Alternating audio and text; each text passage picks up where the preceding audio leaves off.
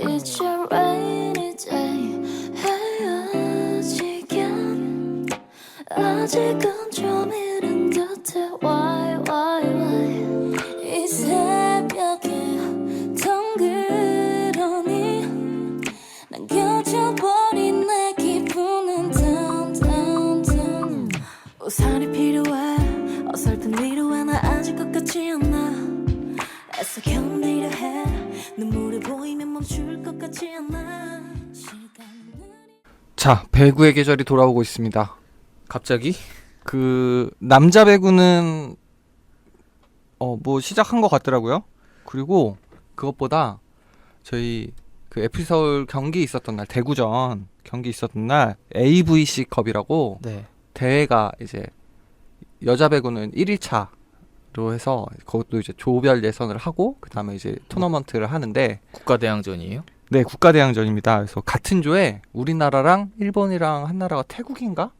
같은 조여가지고 첫날 한일전을 했습니다. 그러니까 이게 이 대회가 좀 묘한 게 아시아 배구 연맹인가? 뭐 하여튼 거기서 하는데 이게 할 때마다 뭐 아시안 게임이라든가 올림픽이라든가 겹치는 경우가 있대요. 그러면은 더 급이 큰 대회에 보통 진짜 국가대표를 보내고 뭐랄까 국가대표 B군, 상비군 같은? C군 이렇게 그러니까 그 국가대표로 선발된 사람들을 빼고 나머지에서 다시 또 국가대표를 꾸려서 나가는 조금은 어떻게 보면 좀 마이너한 대회일 수 있나 봐요. 저도 아직 배구를 이제 막 입문하는 단계이기 때문에 잘은 모르겠는데 그치. 남자 대회도 어. 해요. 근데 전 남자 배구는 아직까지는 크게 관심이 안 가서 그 그 여자 배구 경기를 봤는데 아 진짜 치열했습니다. 한일전 치열했습니다. 혼자 열내면서 보셨잖아요. 아 재밌었어요. 세트 스코어 총 3대1로 우리가 이기긴 했는데 일본이랑 한국의 배구 스타일이 확 갈리더라고요.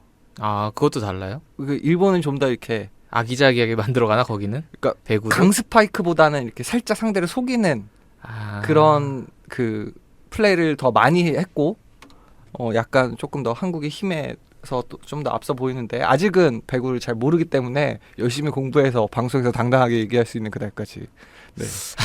공부하겠습니다. 별로 자랑거리는 아닌 것 같은데. 여기에 GS 칼텍스 선수도 한 명 있어요. 네, 그래서 안혜진 선수라고 세터에 있는데 이날은 못 본 것 같아요.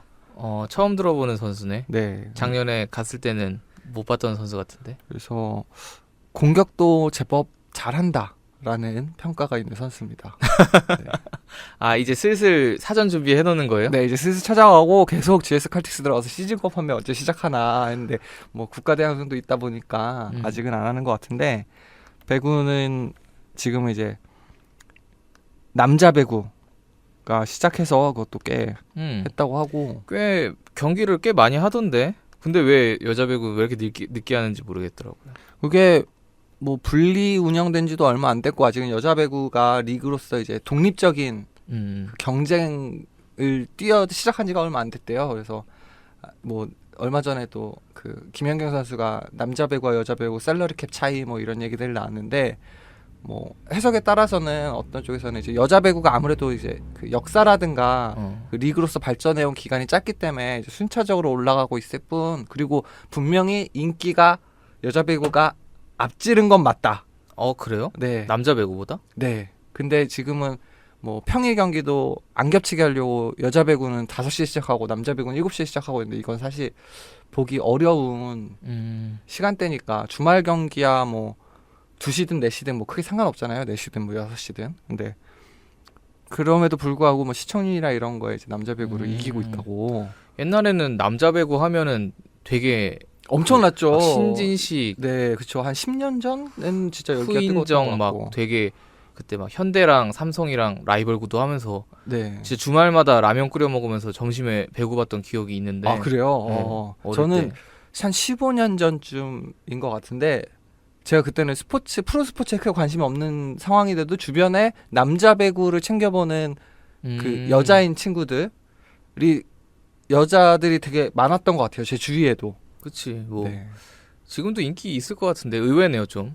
근데 여자 배구가 뭐 뚜레도 같이 가봤지만 거기 가면 이제 완전 남탕이잖아요, 관객석이. 아 그렇죠. 네, 굉장하잖아요.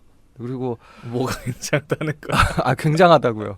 그 치어리더들도 우리 이제 FC 서울에서 그렇죠. 하는 친숙한 팀이, 분들이죠. 예, 오는데도 또 묘하게 이제 선수들도 여자들이다 보니까 같이 섞여 있으면은 그 여자 응원단들이 눈에 띄지 않는 묘한 효과도 또 나고. 그래서 전체적으로 좀 응원 분위기 같은 것도 확 다르고 그거는 또 이제 실내 스포츠의 또 그 맛이 또 다른 게 집중도 좀 있어서. 확 되는 것도 있고. 네, 그래서 저희가 이 축구 팟캐스트 제가 시작한 지도 오래됐는데 그때가 한 시즌 반인가를 다 보고 나서 이제 한번 해볼까라는 얘기가 나왔던 것 같아요. 그래서 이제 이번 시즌 열심히 보고 그리고 공부해서 다음 시즌부터는 이제 같이 자연스럽게 우리 맨날 이제 겨울에 무슨 얘기할까 고민하는데 할 얘기 없을 때마다 배구 얘기나 하면서.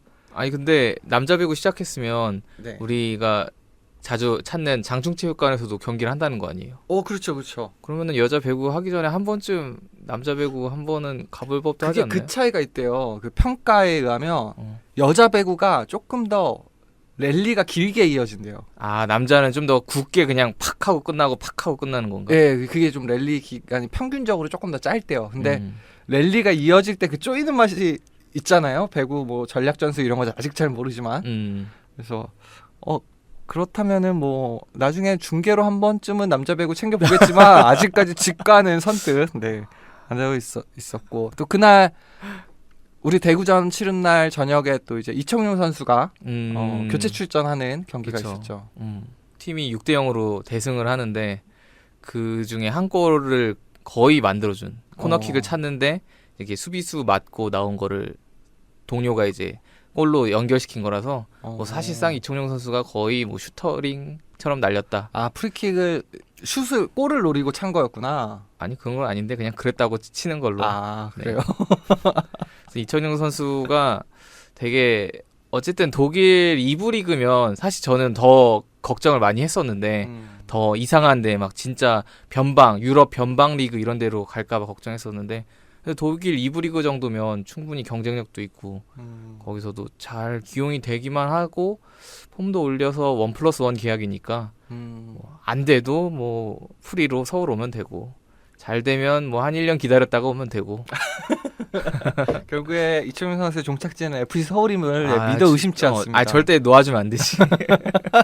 우리가 2부 리그 가도 놓아줄 수 없지. 자, 대구전 얘기를 이제 해봐야겠는데요. 대구 메로남불님께서는 대구 탈숙인 줄 서울을 찰나 털어버리네라고 하셨고 에디오빠님은 이제 경기장에서 맥주 마시면서 우리 팀이 이기는 거 보는 게 낙인데 이날 2대0 되자마자 자리를 뜨셨대요.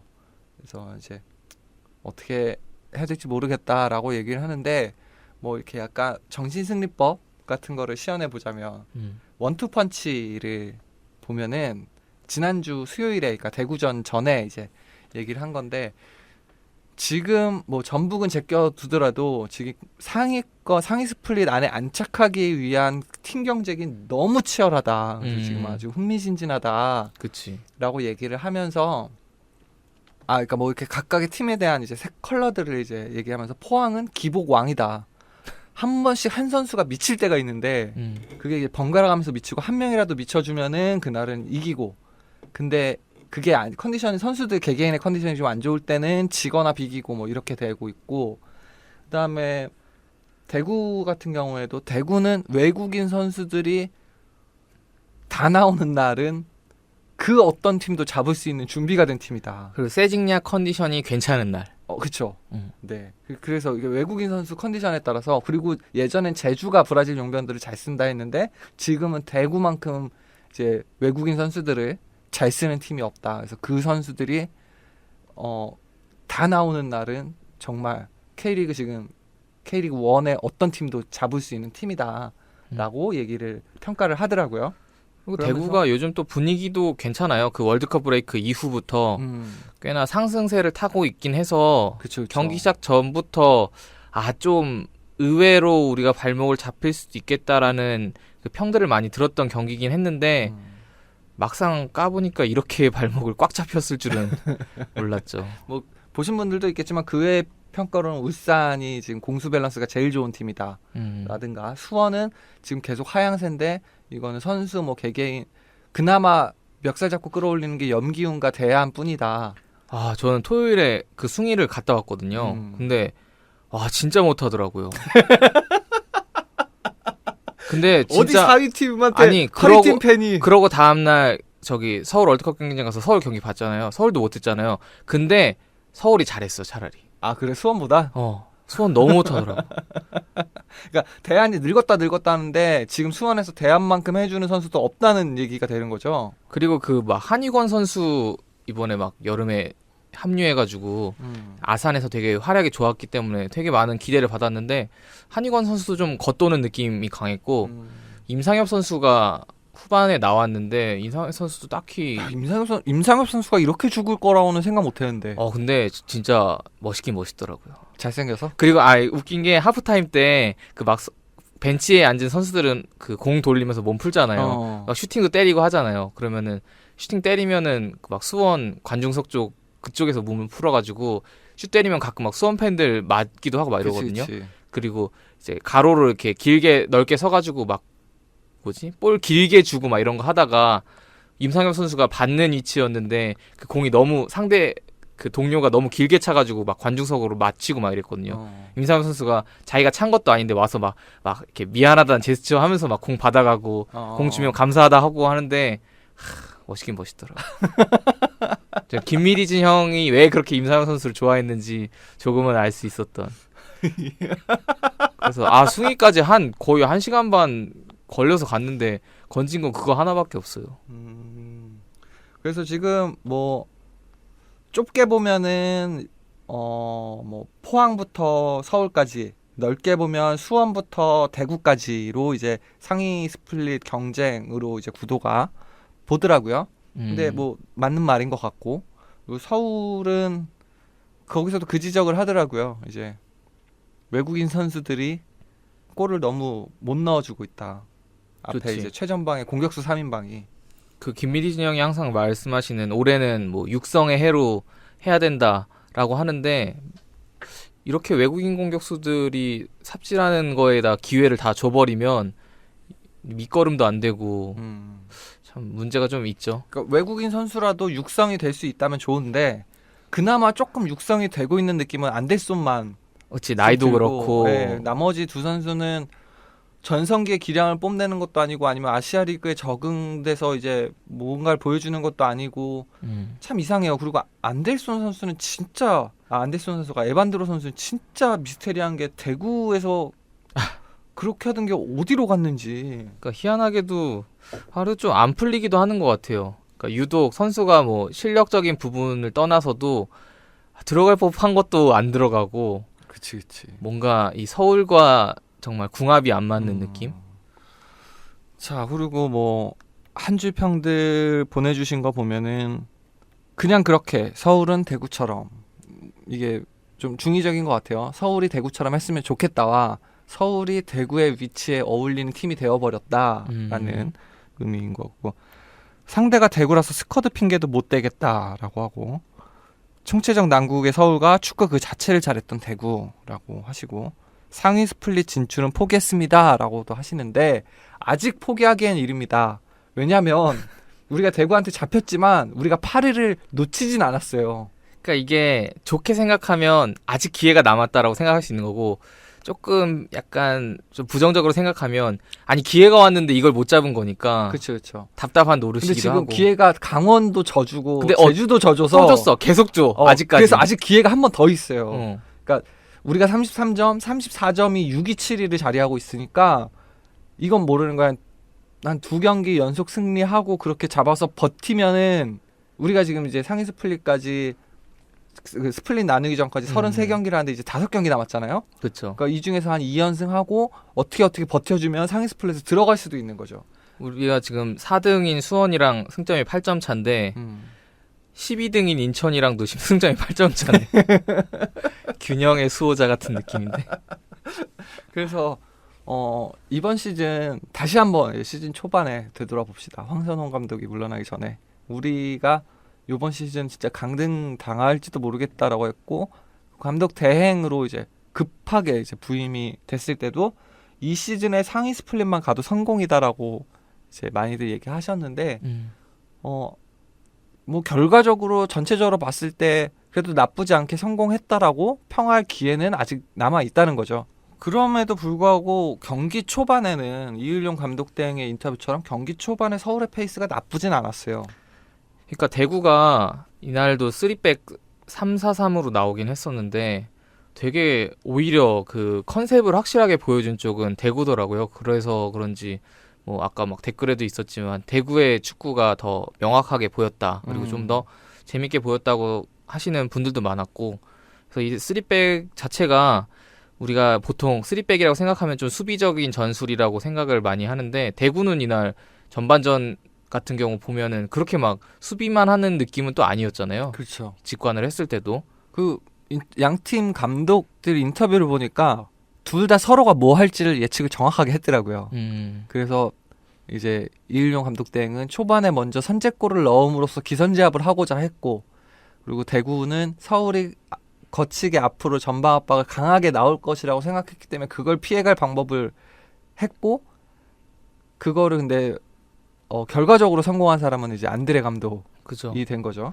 그러니까 대구가 3백으로 나왔는데 보통 서울이 홈에서 3백을 쓰는 좀 밑에 팀이랑 경기를 했을 때 나오는 양상들 있잖아요. 막 진짜 수비 막 굳건히 하고 있고 우리는 막 볼 열심히 그냥 뒤에서 돌려가면서 이러한 그림이 그려졌었는데 이날 전반전 같은 경우에는 조금 그런 거에 비해서는 공이 막 왔다 갔다 하면서 좀 오오 할 수 있는 장면들이 많이 나왔단 말이에요. 그러니까 그게 딱 제 기억에 한 전반 20분까지는 괜찮았다고 생각을 하는데 그때까지만 해도 미드필더들이 제정신이었습니다. 그렇죠. 네, 우리 송진영 선수도 그 상황이 어찌 됐던 슛을 때려야 되는 타이밍엔 슛을 던져주고 그리고 공을 이제 방향을 전환해주는 것도 매끄러웠고 그다음에 오래간만에 이제 수비형 미드필더 혼자 선 김원식 선수도 준수한 모습 보여줬고 그리고 뭐 조용욱 선수야 말할 것도 없죠. 조영욱 이날 초반에 조영욱과 윤승원의 그 열심히함은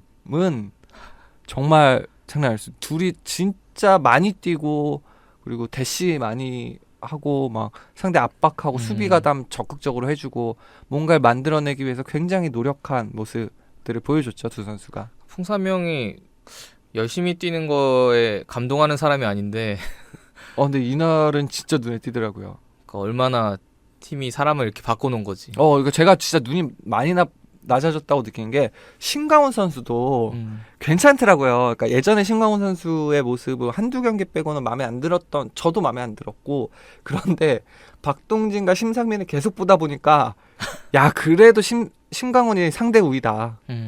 확실하게 그 전보단 낫다.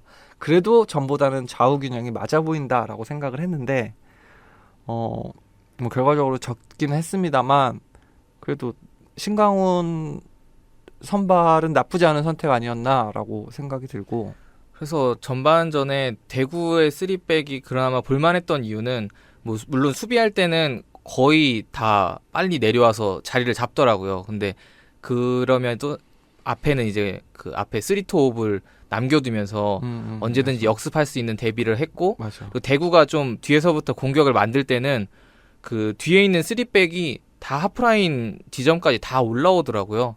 그러면서 뒷공간이 굉장히 많이 열렸기 때문에 그 우리가 전반 초반에 그런 장면들 많았잖아요. 뭐 안델손이 한번 골키퍼랑 1대1 찬스 잡아보고 그치. 뭐 에반드로나 조영욱이나 맞아. 돌파를 통해서 뒷공간을 턴 장면이 많았는데 이제 그 턴 후에가 문제였죠. 그러니까 그 턴 털고 나서까지는 이일용 감독도 그런 걸 의도했고 거기서 뭔가 방점을 찍어줄 수 있기를 기대를 했던 것 같아요. 근데 그 방점을 못 찍으니까 그치. 패스 미스를 하거나 뭐 찬스를 날리거나 골키퍼 선방에 막히거나. 그치. 그렇게 되니까 이제 그 애초에 계획과 틀어지는 지점이 거기 아니었나라는 생각이 좀 드는데 이거 골 결정력 근데 진짜 너무 한심했어요. 우리 팀의 골 결정력은. 그죠. 그래서 대구 같은 경우에는 진짜 엄청 나름 모험을 하면서 나온 거예요. 진짜 안드레 감독한테 좀 놀랐던 것도 이런 부분인 건데 이날 대구가 총 4장의 옐로 카드를 받았거든요. 근데 그 중에서 전반에 3장이 나왔는데 그게 이제 왼쪽 윙백인 강윤구 선수랑 그 후방의 3백 중에 2명이었던 박병현 선수랑 류재문 선수가 받았거든요. 그리고 나머지 한 명인 한희훈 선수는 또 후반에도 카드를 받고, 그러니까 수비진이 다 옐로 카드를 받았다는 건 파울을 할 수밖에 없는 위치에서 우리가 뒷공간을 털려고 하는 노력에서 뭐 파울을 끊었거나. 그러니까 그런 장면들 뭐 기억나시겠지만 그 선수만 제끼면 골키퍼랑 1대1 상황에서 수비수들이 파울을 많이 했거든요. 거기서 이제 카드가 나왔거든요. 그치. 그러면 그런 상황도 방금 뚜레가 말한 것처럼 대구로서는 모험적인 카드를 던진 건데, 저는 더 짜증나는 건 그런 어드밴티지를 얻어내는 이후에 서울이 그걸 누렸느냐 하는 거죠. 그러니까 잘 짜온 거지. 서울 상대로는 서울은 어차피 뒷공간 터는 거 잘 못하고 숫자가 적으면 오히려 경기 속도가 빨라지면 서울은 허둥지둥 되는 게 많으니까 라인을 올려도 모험을 하는 것 같아도 충분히 해볼 만한 모험이다라는 판단을 했기 때문에 그런 카드를 들고 나온 거고, 진짜 3백이라는 카드가 수비적이고 실제로 우리가 3백 썼을 때도 우리 팀도 3백 썼을 때 뭐 공격적으로 한다고는 말은 하지만 대부분 좀 후방에서 좀 안정적으로 점유하고 뭐 좀 수비적인 전술로 갈 수밖에 없었단 말이에요. 근데 이날은 안드레 감독은 수비 부분에서도 탄탄히 하면서도 공격을 좀 더 집중하려는, 무엇보다도 이날 세징야 선수 컨디션이 또 나쁘지 않아서 또 날아다녔죠. 그러니까 안드레 감독의 어떤 전술적 선택을 얘기하는 건 전술적인 선택에서 이을용 감독 대행이 완전히 밀렸다라는 얘기를 하기 위한 거죠. 그쵸. 뭐 판짜기는 둘 다 서로의 약점을 노려서 오긴 했는데 이을용 감독님은 조금 부족했던 거죠. 그쵸. 그러니까 그리고 저는 이제 이을용 감독 대행 중에서 이날 제일 마음에 안 들었던 거는 첫 번째 교체 카드예요.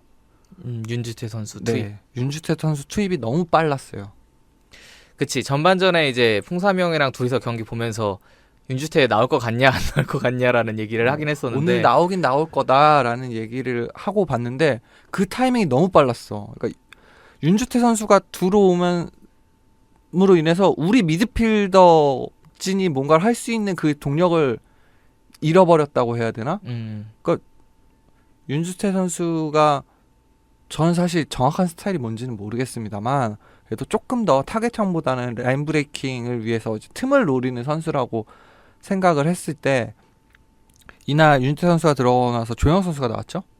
아니요, 송진영 선수. 송진영 선수가 나왔죠. 그러니까 송진영 선수가 전반 말미에 갈수록 어설픈 모습을 보여준 거 그러니까 맞는데, 번뜩이는 것도 있었는데 미스들도 좀 많았지. 그래서 시간이 지나면서 급속하게 그 번뜩임이 사라지고 뭐가 문제인지 모르겠는데 뭐 몸이 안 좋은 건지 감이 그 떨어진 건지 뭔지 모르겠는데 급속하게 떨어지고 있으니까 교체를 해주는 것까지 맞는데 그게 윤주태 선수였다는 거는 이게 그때서부터였던 것 같아요. 서울의 공격진과 수비진의 간격이 벌어지기 파괴되고. 시작한. 네. 그러니까 대구 같은 경우는 아까 얘기한 것처럼 3백이 천천히 지공할 때는 같이 올라가주면서 팀으로서의 한 덩어리를 계속 이룬 상태고, 이렇게 역습할 때만 이제 앞에 최전방에 있는 세징야한테 가는 긴 패스를 해서 거기서 이제 공격 작업을 간결하게 마치고 내려오는 상황이었다면, 우리는 아예 두 덩어리로 떨어져 있는 상황인 거야.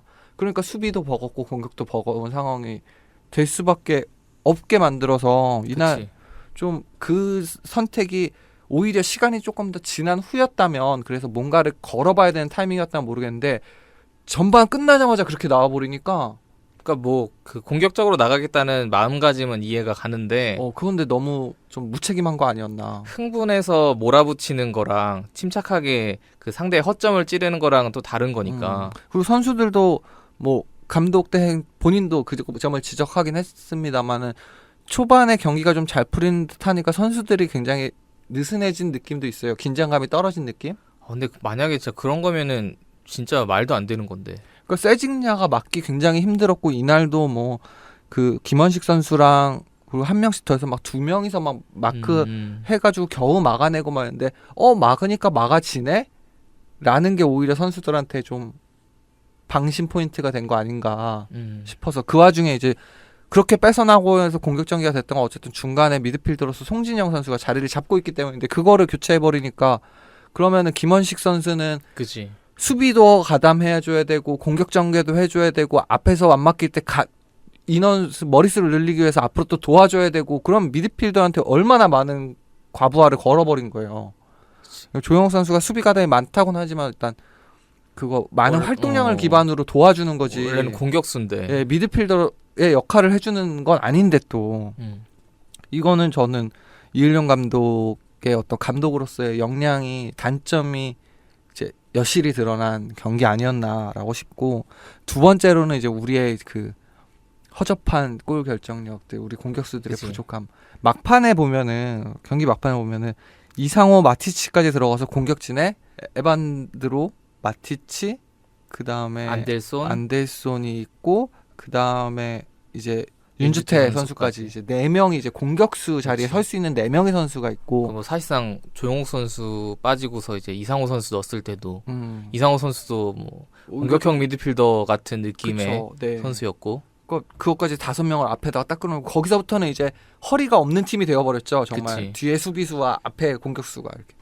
김원식 선수나 수비진들한테 너무 큰 부하가 걸릴 수밖에 없는 거였는데 그러니까 그러한 선택 자체는 저는 충분히 이해할 수 있거든요. 어차피 우리가 0대2로 지고 있는 상황이었고 그 상황에서 공격적으로 우리가 뭐 2득점 혹은 3득점을 얻기 위해서는 우리가 위험을 감수하고 뭐 플레이를 할 수밖에 없는 거기 때문에 수비적인 부분에서 흔들릴 수는 있다고 보는데 그러면은 그러한 위험을 감수했을 때 이제 전방에서 마무리나 뭔가가 나와야 되는데 그런 부분에는 너무 방관했던 부분이 좀 많이 아쉬웠던 거였죠. 선수 개개인을 보면은 그래도 어느 정도 우리가 눈높이가 낮아졌기 때문에 그래도 전보다는 좀 휴식기가 있었기 때문인지 모르겠는데 열심히 한다라고 하는 포인트들을 찾을 수는 있었어요. 에반드로 선수도 뒤에서 뭔가 공이 넘어올 만한 타이밍에 혼자 대시를 굉장히 많이 했어요. 근데 공이 제대로 간 적이 없죠. 네, 그런 상황에서 그럼에도 불구하고 계속 대시를 들어가고 다시 돌아오고 타이밍에 대시해서 들어가고 그런 것도 있었고 마티치 선수 종이장인 줄 알았는데 이날 보면 박스 안에서 막 몸싸움 어떻게든 해보려고 막 네. 아등바등 하고 막 수비수 2명 사이에서 어떻게든 자리 잡아보려고 막 하고 그러는 거 보면은 전보다는 조금 더 나아졌다라고 얘기도 해줄 수도 있고 그리고 뭐 선발로 나왔던 윤승환 선수도 진짜 열심히 했고 한 번은 뭐 제끼기도 하고 뭐 그런 장면도 보여주고 했는데 그 누구 하나 우리가 스트라이커로서 골게터로서 기대하는 모습을 보여준 사람은 진짜 없다는 거예요. 이 많은 그치. 선수들 중에 그럼 그러니까 결론적으로 다 허수인 거잖아 이 사람들은. 그러니까 후반전에 우리가 공격 숫자를 많이 투입했음에도 불구하고 제대로 된 공격이 안 나오고 오히려 역습만 많이 맞았던 이유가 대구가 이제 득점을 한 후에 이제 좀 후방에서 3백 운영을 여유롭게 하면서 전방에 있는 3명이 그 보통은 이제 원톱이 가운데 서고 양쪽 윙어들이 측면에 이렇게 퍼져 있는 형태로 서긴 하는데 이날 대구는 그 3명이 그냥 거의 가운데 쪽에 몰려 있더라고요. 그러니까 대구가 후방에서 볼을 탈취하더라도 양쪽 측면으로 길게 뿌려주는 게 아니라 일단 가운데 쪽으로 뿌려주면 그 3명이 어떻게든 거기서 세컨볼을 따내고 조금 시간을 끌면서 측면으로 빠지면 그 사이에 이제 윙백 1명이 올라와서 지원을 해주고 그렇게만 해도 벌써 4명이서 공격이 되는데 우리는 역습을 당하는 상황에서는 당연히 많아봐야 수비 4명이고 있고 뭐 적으면 3명이고 그 상황에서 이제 위기를 맞다가 결국에 추가 실점을 한 케이스가 나온 건데 수비적인 부분에서도 대구가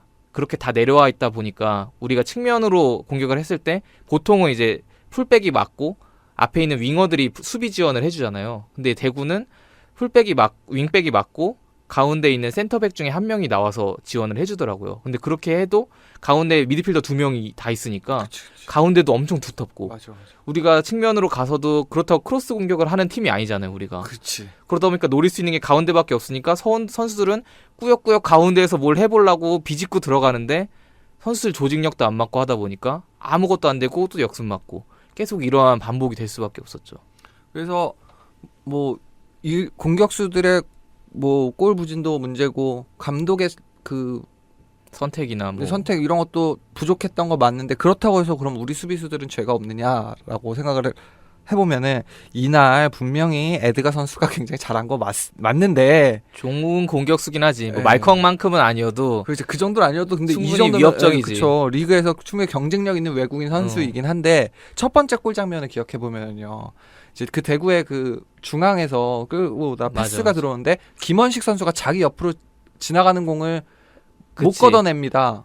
그러면서 앞에 있는 에드가 선수한테 연결되고 거기에 김동호 선수가 에드가 선수를 마킹하고 있었지만 몸싸움에서 밀려버리죠. 그러면서 에드가 선수도 몸싸움 과정에서 제대로 된 패스는 아니어도 공을 옆으로 흘려버려요. 그렇죠. 근데 그러면서 이제 뒤에서 들어오던 김대원 선수가 이제 프리 상태에서 슛을 성공시키고 자, 두 번째 골도 보면은 공격에서 전개해오는 과정에서 우리 센터백 두 명이 에드가 선수를 안 막고 있어요.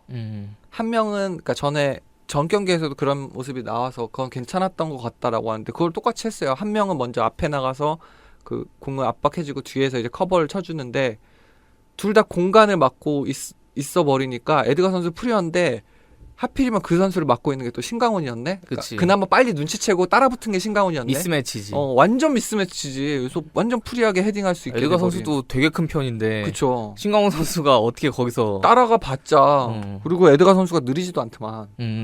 그러니까 수비가 이거는 뭐 힘든 것도 알겠는데 그렇다고 해서 이렇게까지 센터백까지 흔들려 버리면 야 이거는 너네도 책임에서 자유로울 수는 없겠다라는 생각이 많이 들고. 뭐 당연히 이 실점이나 했는데 뭐 수비진이나 골키퍼가 아예 책임이 없다고는 당연히 할 수 없고 근데 이제 첫 번째 실점 같은 경우에는 대구가 이제 중앙에서 그 자리를 딱 선수가 공을 잡았을 때 원래 1차적으로는 김원식 선수가 그 루트를 끊어줬어야 됐고 그치. 2차적으로는 김원균 선수가 돌아 들어가는 선수를 끝까지 마킹을 했어야 되는 건데 그치. 이제 그 과정에서 실수가 나온 건데 그 좀 전으로 와 보면은 김원식 선수가 그 패스기를 막지 않고 옆으로 빠진 이유가 중앙 미드필더가 올라왔기 때문인데 사실 에반드로가 오른쪽에서 그 선수를 좀 마크하러 가운데로 들어와 줬으면 김원식 선수도 그 선수를 신경 쓰기보다는 가운데 쪽에 집중을 했을 텐데 그러니까 이게 연쇄적으로 일어난 거죠. 그래서 첫 번째 골 장면은 다시 보니까 와 대구가 진짜 공격 방식을 되게 다양하게 준비를 해왔다. 그러니까 2대1 패스만이 아니라 거의 삼각 패스식으로 나온 거니까 이거는 와, 이런 패스 플레이는 우리가 진짜 집중을 해도 막을 수 있을까 없을까인데. 그러니까 첫 번째 실점은 그냥 뭐 대구가 잘했다라고 그냥 납득할 수 있었어요. 근데 두 번째 골은 다시 돌려보는데 야 이거는 그지 예전에 우리 경남전 때 홈에서 말컹한테 크로스 공격이나 이런 걸로 먹혔던 거 생각해 보면 그때도 사실 그런 미스매치 황현수 선수랑 말컹이랑 막 미스매치 되거나 뭐 크로스를 쉽게 허용한다거나 이런 부분들이 수비적으로 문제가 있어서 세 골이나 먹히고 그 경기 후에 이을용 감독 님이 그거에 대해서 뭐 반복적인 훈련을 하겠다라고 또 선언을 했었던 이번에도 건데 인터뷰를 보면은 원래 지시는 맨투맨 마크였다면서요. 사실 김동호 선수의 장점이 이제 맨마크니까. 근데 어느 순간 후반전 들어가고 이제 두 번째 실점 볼 때 어느 순간 맨마크를 둘 다 안 하고 있어요. 그러니까 중간에 경기장에서도 한번 김동호 선수가 이제 낮은 크로스 오는 걸 걷어내서 경기 보다가 나는 김원식인 줄 알았다라고 얘기를 했는데 당연히 김동호 선수라면 맨마크를 할 거라고 저는 상상을 하고 있었는데 중간에 볼을 끊어내는 거면 그럼 김원균 선수가 해줘야지라고 했는데 봤더니 김원균 선수는 사람을 막으러 나와 있고 뒤에서 크로스를 막으려고 나와 있었고 네 공간을 막는 건 김동호 선수더라고요. 그래서 이거 뭔가 이상하다 했는데 결국에는 감독의 지시사항과도 안 맞는 모습이 이제 나왔던 거고 결과적으로 실점을 하게 되는 원인 그 상대 공격수 입장에서는 나를 원래 마크하는 사람을 뿌려치고 미스매치될 사람을 이렇게 그쪽으로 감으로써 자유롭게 공중볼을 노릴 수 있게 되는 상황이 만들어져 버린 건데 이렇게 되면은 종합적으로 생각했을 때 이날 서울이 전반에 잘 풀어서 골을 넣는다 말고 그럼 골이 안 들어갔을 때에 대한 대비가 전혀 없었다는 얘기고 그 다음부터 서울은 말려버렸다. 정말 그 리플처럼 그 대구라는 탈곡기가 서울을 탈탈 털어버린 그 이후부터는 그렇게 돼버린 거죠. 이게 참 아이러니해요. 그러니까 최용수 감독은 전반은 버티고 후반전에 한다 했잖아요. 지금 우리는 완전 반대로 된 거잖아요. 전반에 뭘 못하면 후반도 말리게 되는. 네, 그러니까 전반에 골을 넣고서 이제 상대를 조급하게 한 상황에서 뭐 추가 득점을 노린다라는 계획이었던 것 같은데 그게 안 되니까 그 다음에 이제 상황별로 전술적인 대응이 안 짜여진 모습이어서 조금 감독에 대한 실망스러운 마음이 저는 제일 일단 크고요. 그렇죠. 근데 뭐 어쩔 수 없죠. 뭐 감독 생활한 것도 이번이 뭐 사실상 거의 처음이고. 어떻게 보면은 감독 대행을 이렇게 긴 기간 동안 맡긴다는 것도 좀 무리수긴 했었던 거고. 그러니까 처음에 감독 대행이 되는 거야. 뭐 그 바로 뭐 그만둔 이틀 뒤인가 경기가 있으니까 뭐 어쩔 수 없었지. 어쩔 수 없는 선택이었던 건 알겠는데 그리고 처음에 이제 8월쯤에 이제 분위기를 타면서 이거 가능성 있겠다 싶었던 것도 이해는 해요. 근데 지금쯤이면 프런트에서는 그러니까 올해가 그 육성의 해라고 하는데 올해가 감독 육성의 해가 아니라면 조금은 이제 감독을 슬슬 이제 찾아봐야 될 타이밍이 아닌가. 사실 싶네요. 이미 찾아보고는 있었어야 되는 게 맞긴 한데. 이제 그거는 이제 그냥 평상시 상황에서의 이제 어떤 그 정보 수집 단계라면 이제는 조금 더 가능성을 높인 상태에서 조금 그치. 좀 알아봐야 될 타이밍이 아닌가 싶어요. 사실상 황선홍 감독님이 이제 팀을 떠나고 나서 지금 10라운드 이후에 팀을 떠난 거니까 리그가 38라운드면 나머지 28라운드를 다 이을용 감독 18라운드. 38라운드니까 남은 경기. 남은 이제 FA컵이나 뭐 다른 경기까지 다 하면은 그거보다 더 많은 경기를 감독 대행 체제로 가야 되는 건데 되게 힘들 수밖에 없는 상황이긴 해요. 물론 뭐 이을용 감독 대행님이 여러 가지로 고민도 많을 테고 그쵸, 상황도 상황일 테긴 하지만 그리고 지금 수석 코치가 김성재 코치죠. 그분도 서울에서 확실히 성과를 내신 분이기 때문에 그런 면에서 또 기대도 했던 것도 사실인데 지금 전술적으로 부족한 면이 났기 때문에 또 실망감도 큰 것도 사실입니다. 그렇죠. 네, 그래서 뭐 어느 쪽으로나 다 이해는 할 수 있겠지만 어쨌든 그렇다면 뭐 현재는 현재고 그리고 이번 시즌에 상위 스플릿만 가도 성공이다라고 한다면 우리는 현실적으로 강등만 안 되면 되는 상황인데 강등도 쉬워 보이진 않아. 그건 그래. 그러면은 우리는 좀 미래에 대한 준비가 되고 있었으면 하는 바람이 팬들 입장에서는 이제 생기는 거죠. 그치. 뭔가를 성적이 안 되면 뭔가를 또 보여줘야 내년에 또 시즌권을 살지 말지를 결정할 수 있는 건데 지금 이렇게 돼버리면은 뭐 팀에 좀 어떤 희망을 걸어야 되는지 알 수가 없는 상태고. 그러니까 지금 서울 팬들의 마음을 좀 대변하자면 우리는 지금 자라보고 엄청 놀란 상태예요.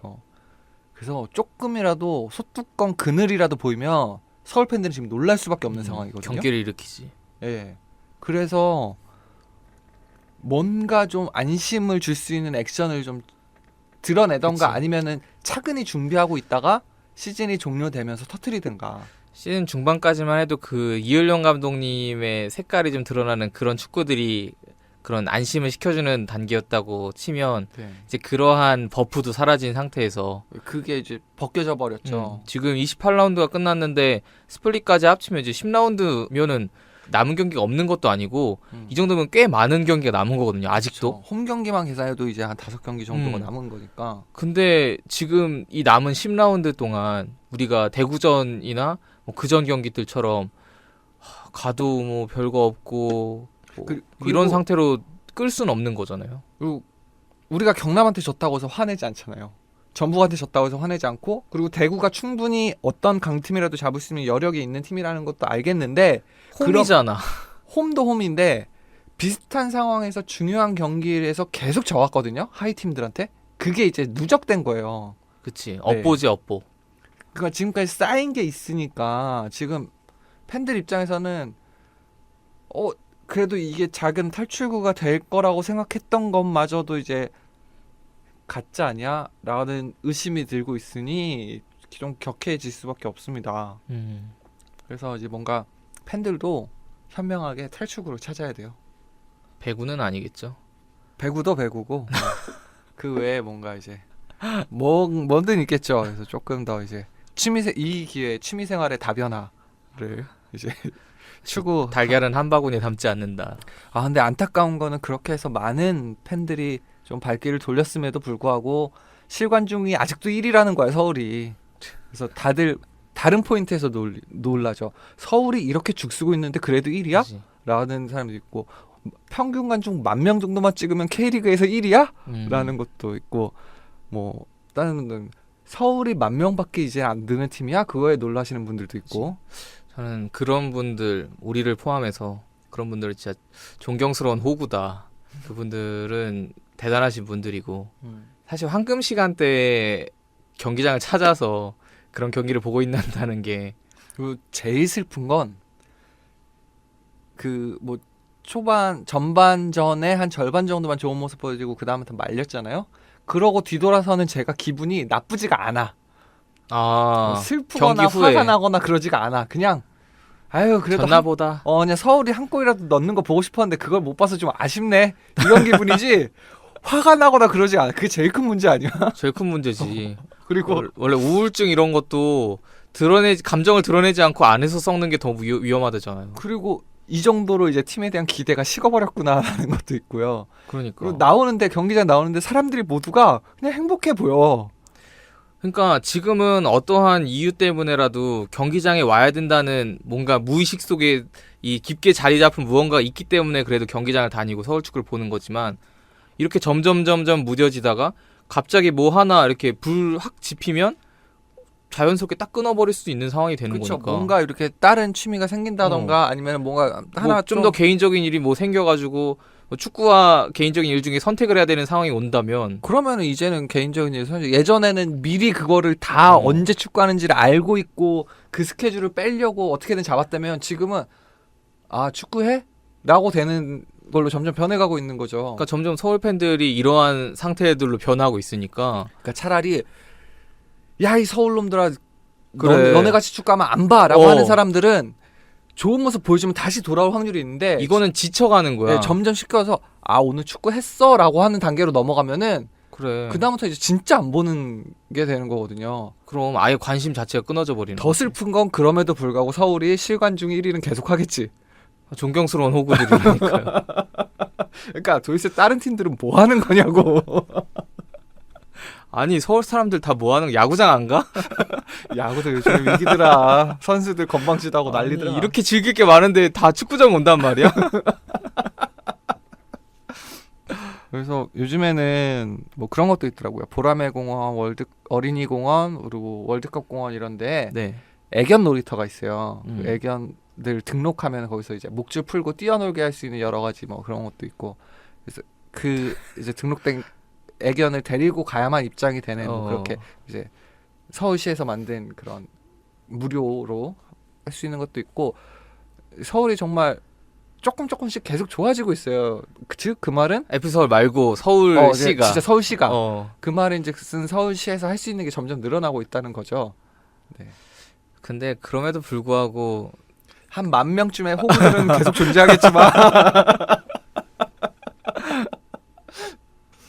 불과 대구전 가기 전까지만 해도 막 뭐 부상 선수 돌아오고 뭐 하대선 선수도 이제 알리그에서 뛴다 그러고 몸을, 이제 끌어올리기 시작했다. 그리고 박주영도 알리그에서 계속하면서 폼을 끌어올리고 있다 하면서 되게 행복한 고민을 했어요. 제가 예전에 그 이번 시즌 초반에 공약했던 게 있지 않습니까? 하대선 선수가 15분 이상 5경기 이상 하면은 마킹한다. 마킹 유니폼 산다. 풀마킹 유니폼 산다. 그리고 이제 10라운드 남았고 그래서 올 시즌 경기 딱 끝날 때쯤에 마킹 유니폼 사게 되는 그런 상황이 벌어지나? 막 이런 두근두근 막 이렇게 했는데 야 이씨 대구전 보고 나니까 그게 중요한 게 아니야.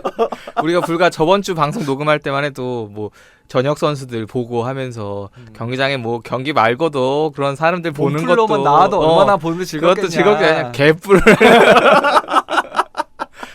축구팀이 축구를 잘해야지 뭐. 뭐 연예인 부른다고 뭐 그 사람들 가나 그러면?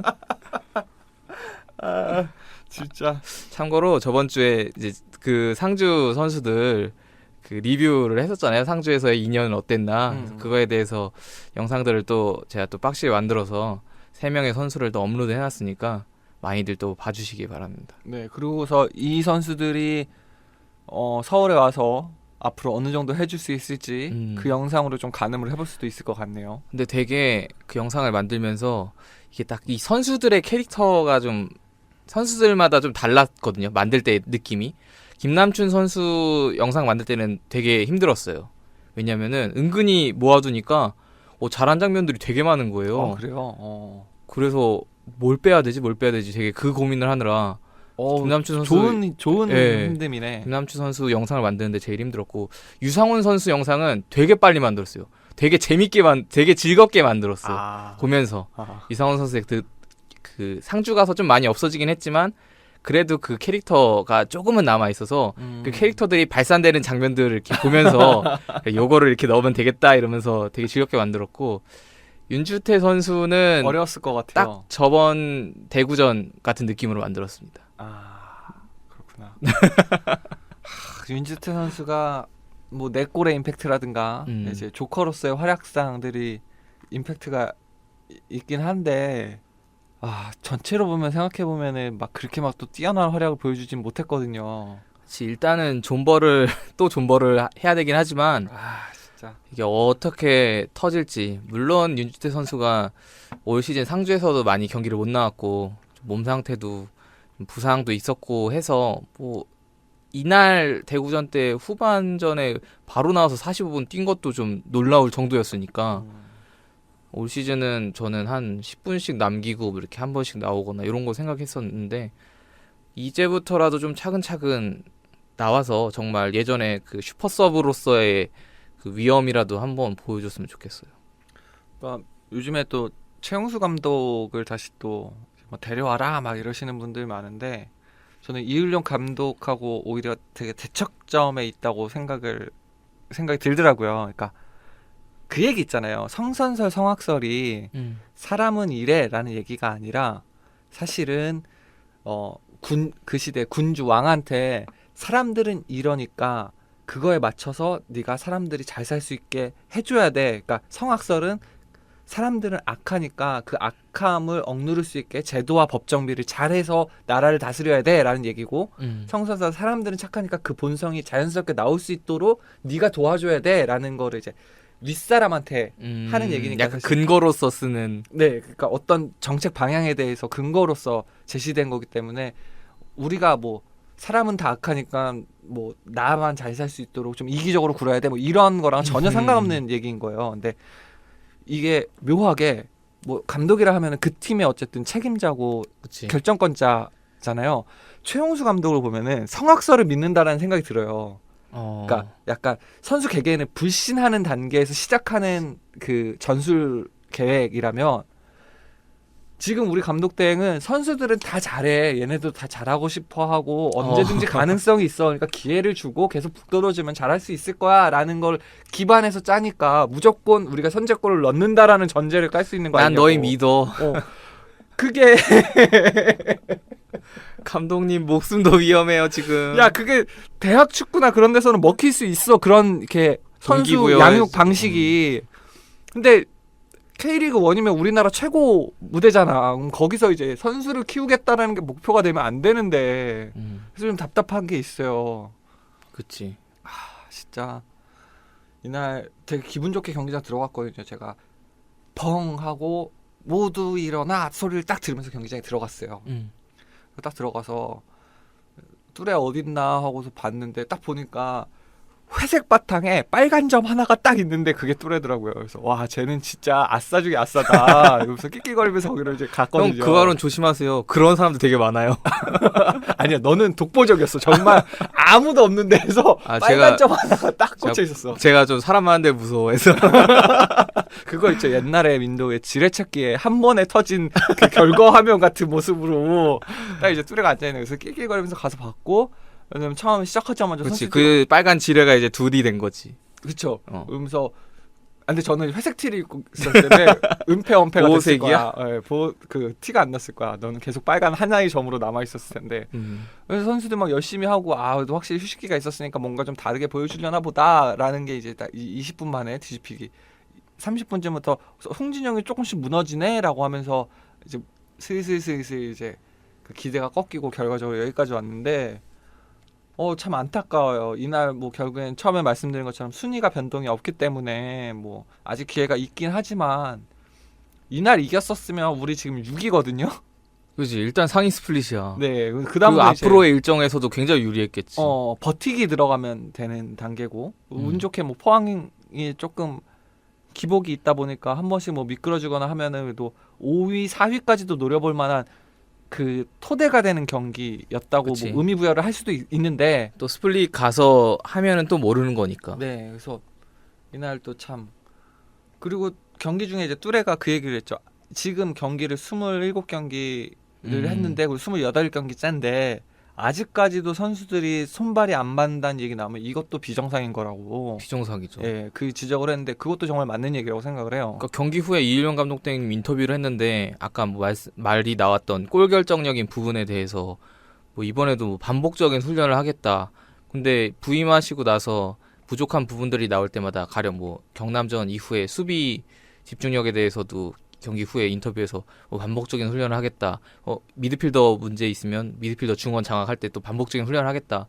그리고 이번 A매치 브레이크 기간 동안에도 많은 훈련 시간이 있으면서 뭐 훈련을 하겠다고 했는데 사실 그렇게 뭐가 달라졌는지 물론 2주 만에 뭐 드라마틱한 변화가 있을 수는 없겠지만 또 어떤 부분을 고쳐 나가려고 하는지는 잘 모르겠고 그리고 이러한 결국에는 공격 방식의 다양성이 부족하기 때문에 대구의 수비를 못 들었던 거고 어쨌든 우리가 다양한 방식으로 두드리지 못했던 건데 그런 부분을 반복적으로 훈련한다는 게 지금 이 시점에 나올 얘기는 아니잖아요. 그러니까 뭐 이일용 감독 대행님이 시즌 중반에 팀을 맡았다고 해도 공격과 수비 이 두 가지는 축구하는 데 있어서 다 잘해야 되는 부분인데 공격적인 부분에서는 당연히 그러한 공격 패턴을 다양화하기 위한 노력들을 했어야 되는 건데 좀 그런 노력은 그럼 그동안 많이 부족했다는 건지 좀 약간 의문이 가더라고요. 그러니까 지금 11번째 경기부터 이일용 감독 대행이 들어섰고 그리고 지금 28라운드까지 했기 때문에 18경기를 이제 이일용 감독 대행이 치른 거예요. 그 사이에서 이일용 감독 대행의 명과암을 다 봤어요. 물론 뭐 양해할 수 있는 부분들이 많습니다. 그쵸. 선수 파악이라든가 뭐 그거는 사실 안 돼 있다면 그것도 좀 말이 안 되는 거긴 한데 어쨌든 전술 코치도 있고 뭐 그리고 선수단의 뭐 부상이라든가 이런 부분도 피할 수는 없었고 사실 뭐 그것도 뭐 어느 정도 원인도 있었을 것이고 뛸 수 있는 선수들도 폼이 그렇게 좋지 않고 그다음에 이 두 번째 선택지, 세 번째 선택지로 들어갈 수 있는 선수들과 첫 번째 선수가 최상의 폼일 때 그 갭도 굉장히 크고 이날 같은 경우에는 경기 중에 많이 그리웠는데 고요한 선수가 없다는 거, 신진호 선수가 없다는 거, 그것 분명히 큰 작용도 했을 거라고 생각을 해요. 고요한 선수가 진짜 많이 아쉬웠는데 뭐 여러 가지 양해를 할 수 있는 부분도 있고 하지만 계속 이렇게 되겠구나라는 어두운 미래를 상상할 수 있게 해주는 요소들도 다 드러내 보였어요. 그래서 그쵸. 방송 이제 말미에 마지막으로 이제 이일용 감독 대행을 내년 시즌에도 혹시라도 가도 될까라는 얘기를 잠깐 해볼까 하는데 굉장히 처음에 이제 좋은 어떤 희망적인 그 팬들을 자극할 수 있는 좋은 얘기 많이 해주셨고 그것 때문에 어느 정도 팬심이 살아난 것도 사실이고 좋은 모습을 보여준 것도 맞는데 이분이 P급 라이센스가 없다라는 얘기가 있어요. 없다라는 얘기가 있는 게 아니라 없어요. 없습니까? 아예? 네. 확실히 없습니까? 네. 그렇다면은 자연스럽게 조금 쉬었다 오시더라도 라이센스 따고 오시는 게 맞지 않나. 네. 분명히 가능성 있는 감독이라고 생각하기 때문에 그쵸. 일단은 서울에서 그러니까 우리가 그 최용수 감독님이 이제 감독 대행으로 커리어를 시작한 게 되게 특이했던 거지. 이일용 감독님한테 너무 큰 짐을 맡겨버리는 거고 지금 10라운드나 남긴 상황에서 또 남은 10라운드를 또 운영하는 것 자체도 굉장히 큰 일인 건데 그렇죠. 이거를 다음 시즌에 이걸 또 맡기고 가자니 그것도 많은 팀적으로나 이일용 감독 대행님 개인적으로나 많이 부담스러운 상황이니까. 그렇죠. 이번에서 이제 이일용 감독 대행은 감독으로서 데뷔했다라는 데 의의를 두고 그다음에 자기가 가진 그 어떤 신념은 저는 분명히 팬들한테 좋은 모습을 보여줄 수 있는 자질이라고 생각하거든요. 가능성은 보여줬다고 네. 봐요, 저도. 그거를 이제 현실화시킬 수 있는 부분들에 대해서 훨씬 더 많은 고민을 하고 그리고 지금 뭐 선수단 컨디션이라든가 지금 어떤 뭐 수준이라고 해야 될까요? 그게 좀 좋은 상태는 분명히 아니니까 더 좋은 기회에 다시 만날 수 있으면 좋겠다라고 생각이 들고 이번 시즌까지만 부탁하는 걸로 마지막에 유종의 미로 상위 스플릿에만 좀 안착시켜 주시고 그러니까 되게 무리수긴 했지만 프런트가 이효령 감독 대행님을 올 시즌 말까지 맡기겠다고 한 것도 이해가 가는 게 진짜 뭐 외국인 우리가 원하는 실력 있는 외국인 아니 실력을 떠나서도 외국인 감독을 모셔온다 하더라도 시즌 중반 애매한 시기에 팀을 맡겠다고 하는 감독 없잖아요. 그렇죠. 그리고 섭외하는데 기간도 좀 부족했을 거고. 제대로 섭외하는데도 시간이 필요하고 해서 물론 무리수지만 내년을 위해서 더 뒤의 미래를 위해서는 어쩔 수 없는 선택이었다고 이해를 했는데 그렇다면 지금 시간이 되게 많이 주어졌고 아직도 좀 많이 남아 있어요. 시즌 종료까지. 네. 그래서 이 시간 동안 정말 딴 생각하지 말고 확실하게 내년 시즌부터 팀을 어떻게 구성하고 어떠한 사람을 수장으로 세워서 이끌어 나갈지에 대한 거를 지금 착실하게 준비를 하고 있어야 되는 게 맞는 거예요. 그리고 그래서 이제 동계 훈련 시작할 때 새 감독과 함께 시작해서 그 감독이 충분히 준비를 할 수 있게 만들어주는 게 프란드의 역할이고 분명히 그 작업을 위해 하고 있을 거라고 믿습니다. 네. 시즌 종료 후 시즌 종료와 동시에 새 감독에 대한 발표를 하거나 저는 빠르면은 상위 스플릿 만약에 확정을 지으면 상위 스플릿 올라간 후에 발표해도 괜찮다고 보거든요. 네, 그것도 괜찮아요. 왜냐면은 빠르게 빨리 뭔가를 보여줘야 지금 팬심을 잡을 수가 있어. 그러니까 그게 돼야지 내년 시즌권이라든가 많은 것들이 결정이 될 것 같아요. 그래서 뭐 이일용 감독이 언젠가는 또 좋은 모습으로 만날 수 있기를 바라면서 이렇게 브루프런트가 그런 작업을 분명히 하고 있어야지 안 있으면은 이제 K리그 실관중 집계 1위가 1000명대 뭐 9천, 8천대로 떨어지는 장면을 보게 될 것이다 라는 얘기를 좀 팬들은 지금 많이 걱정하고 있습니다. 네. 네, 열심히 일하고 있을 거라고 생각하고 나아지겠죠. 그래서 저희가 그리고 마지막으로 다음 주가 추석 연휴에서 스튜디오가 쉽니다. 그래서 많은 분들 추석 때 축구는 잠시 잊으려고 했더니 추석 연휴 마지막에 또 인천전이 그쵸. 있긴 하네요. 이게 또 그래요. 가족 만나기 전에는 또 오래간만에 가족 만나면 좋은데 또 만나 보면은 또 좀 스트레스 받으니까 축구장에 와서 스트레스를 푸는데 어떻게 푸느냐? 그러면 대신 욕먹을 서울이라는 존재가 있지 않습니까? 아, 명절 스트레스를 거기다 풀라고? 네, 대신 이제 서울을 욕하면서 이제 풀 수 있게 아주 치밀하게 준비를 한 것 같아요. 네, 가서 인천을 상대로 얼마나 졸전을 펼치는지 보고 또 욕하러 갑시다. 그러면서 또 우리는 명절 증후군을 날려버릴 수 있게 네. 되고 그리고 그 다음 주에 아마 그 다음 경기와 그 다음 경기까지 세 경기를 함께 이제 살펴보게 될 것 같습니다. 추석 잘 보내시고 한 주 걸러서 돌아오도록 하겠습니다. 지금까지 저는 풍야치삼 김뚜레 였습니다. 감사합니다. 감사합니다.